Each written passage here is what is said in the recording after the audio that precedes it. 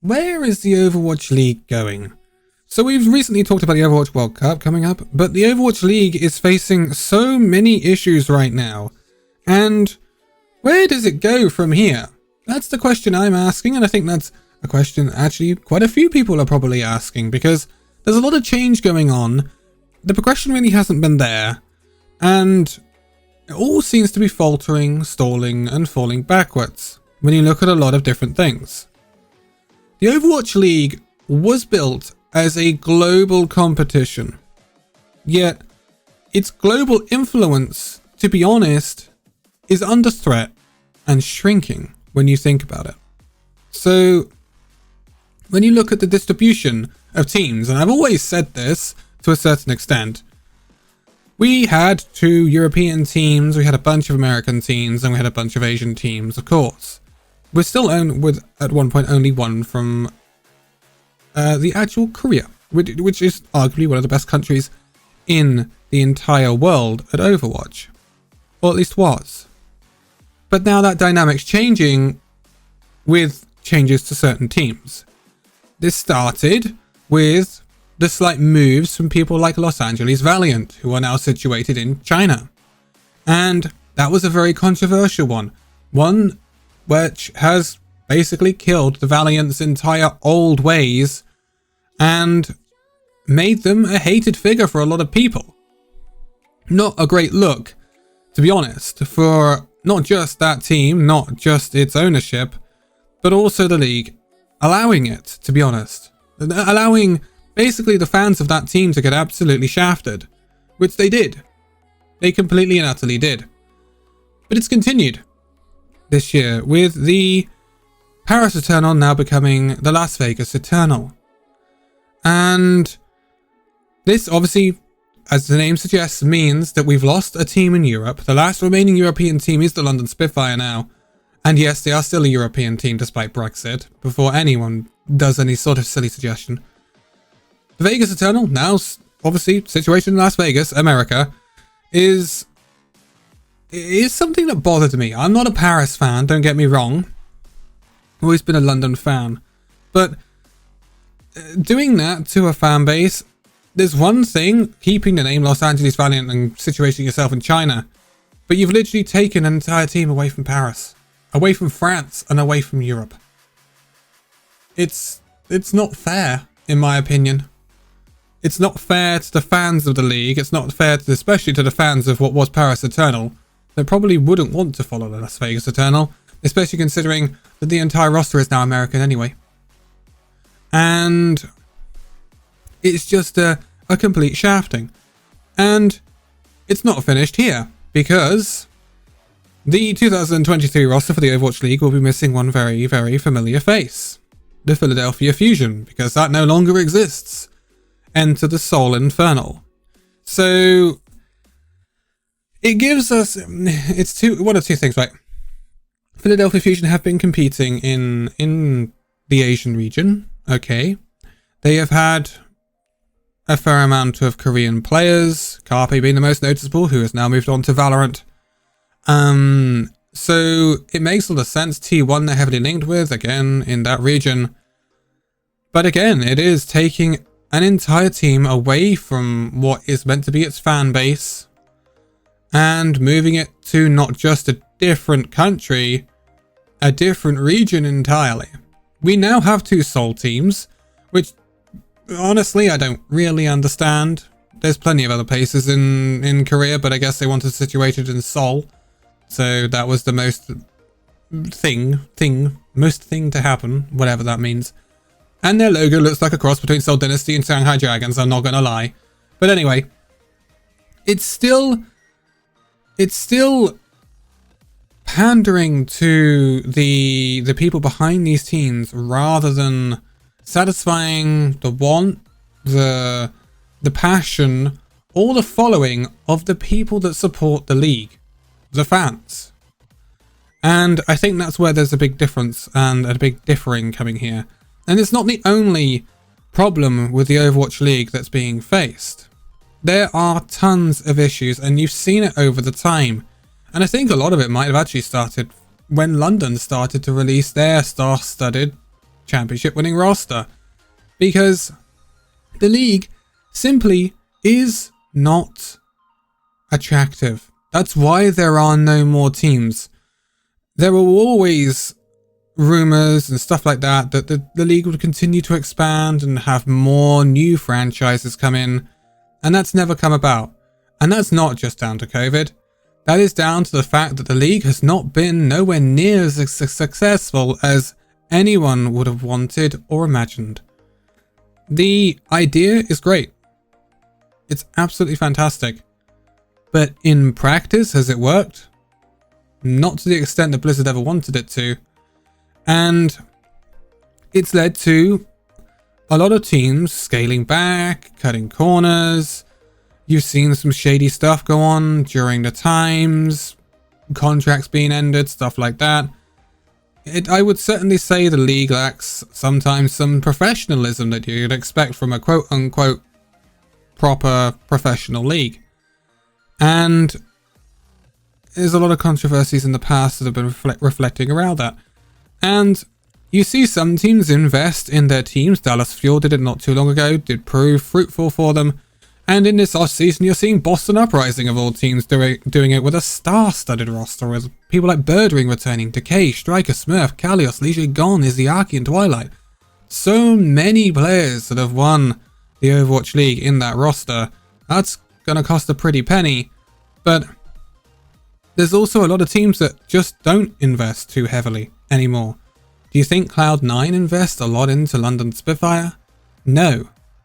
Do you think Guangzhou are investing a massive amount? I wouldn't say so. Nor a Los Angeles Valiant. That's quite obvious with the stuff that's been going on behind the scenes there. We know that the Eternal have not been particularly wealthy. Vancouver Titans also. Toronto Defiant also seem to be scaling back on their roster this year. San Francisco Shock, they're kind of an outlier because they kind of kept themselves going with those 2 league wins. That's a lot of money coming in. And it's quite clear. Also, New York Excelsior, look how far they've fallen. It's a lack of care from the people who own these teams, because they look at the Overwatch League and it's just not profitable. It's not an investment for them. It's not going to bring them any benefit apart from being something to sink their money into and not see much return, if any. And that's the biggest problem with the league. And that's why we saw something pop up on Twitter the other day, and was on the Jacob Wolf report, saying that the Overwatch League teams have started a collective bargaining process against the Overwatch League. The teams are seeking some form of economic relief after years of high operating costs and disappointing revenues. This, I think, was a matter of time, because apparently they've hired a British law firm to start this bargaining process. And it's honestly no surprise. I don't think these teams make enough money to make it worthwhile. The teams have hired Sheridan's, a media and technology focused law firm with the experience in both traditional sports and esports, to negotiate on their behalf with the league. The goal is for those discussions is for the teams to be awarded some form of economic relief to promote sustainability after each franchise spent somewhere between $7.5 to $10 million in franchise payments over the past 6 years, as well as more than $1 million in operating costs each year to maintain their teams. For some teams, that means they spent more than $16 million on a league with lackluster viewership and no profitability in sight. $16 million. And do we think how much they've got in return? And remember that these teams had to pay to get into this league as well. It's going to be very, very, very rough, because I can see it from the team's perspective here. And with the fact that, well, how the sponsorships and stuff for the Overwatch League just aren't there still, it's crazy. Negotiations between the teams, Sheridan's and Activision Blizzard, have only begun, and Tensions are high as teams evaluate how they will spend prior to the 2023 season, which begins in the spring. Of course, Blizzard didn't comment. Discussions among the teams about taking collective action have spanned years, as many have lobbied complaints to the league since the COVID-19 pandemic fundamentally changed the league's structure in 2020. Didn't just change the structure, it changed the whole goal, by the way, because how many homestands do you see? It was meant to be a homestand every single week. It's not happening anymore. But the decision to collectively organise is more recent and in part was led by Overactive Media, the ownership group behind the Toronto Defiant, sources said.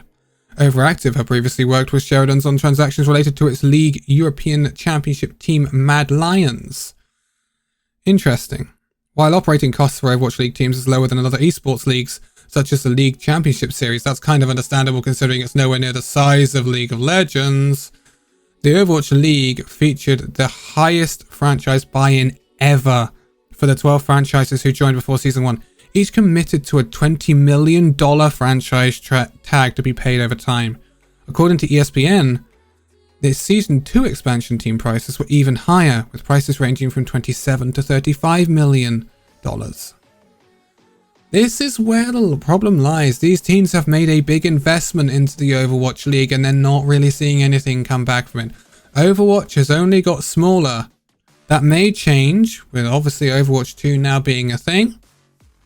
But was there a massive difference for the Overwatch League when it was on Overwatch 2 last year? Considering Overwatch 2 wasn't even out at that point, I don't know. The league has to hope that there is going to be a new influx of viewership now that the Overwatch 2 has been released. Whether that will happen or not is another thing altogether. But it needs a big change. Franchising is not alien. Valorant have literally just done it for VCT and upwards. So that'll be interesting. But I think that will work better than these teams. Plus, there's the whole identity thing with Overwatch League and stuff like that, considering you're based on location. Whereas, you know, if you're in something like VCT, then you see teams like NRG, Fnatic, and people like that, who, you know, are notable names in the esports team across so many games and bring an inherent viewership base and fan base with them wherever they go, just because they are that team. It's just the way the cookie crumbles. Whereas most people probably wouldn't know, unless you really delved into it, that San Francisco Shock are very heavily linked with NRG. So, you know, it is what it is. This is a lot of information, and it's been a long time coming that stuff like this does crop up. There's a lot of issues with the Overwatch League, and there's the whole thing with China to tackle, the fact that Overwatch is not really ready to be available in China now, and you've got a bunch of teams that are meant to be Chinese. So, yeah, there's a lot of problems the Overwatch League have to come over. There's a lot of problems that Overwatch has to get over as well. And it's going to be interesting. I think it's going to be a very big year for the Overwatch League. Boom or bust in certain respects. We will see what happens. But I am going to leave it here for this one, slightly longer video, because again, it was a discussion about the Overwatch League, just like the Overwatch World Cup one previously. Keep an eye out for stuff coming up. Montages, gameplay, Overwatch stuff, Valorant stuff, and we may be taking a look at the up-and-coming VCT lock-in for Valorant as well. And I may have a special guest for that one that may be helping me with some of that as well. But thank you for joining for this one, and I will see you very soon. Bye-bye.